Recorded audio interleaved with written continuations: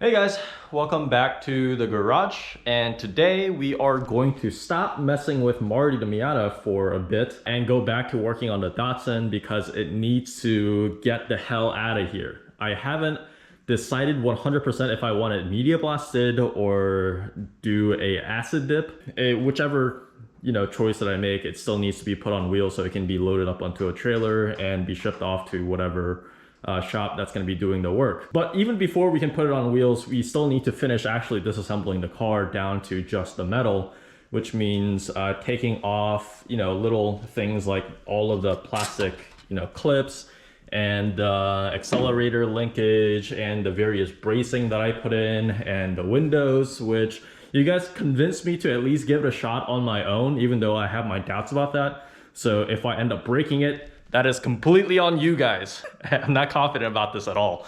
But you know what, we're gonna try to remove the window ourselves and all of the trim and whatever else that I was too lazy or incompetent to remove the first time that I try to get it down to bare metal. But I'm not sure if this is gonna make a fun episode, but if it's not interesting, I apologize. Just tune in next time.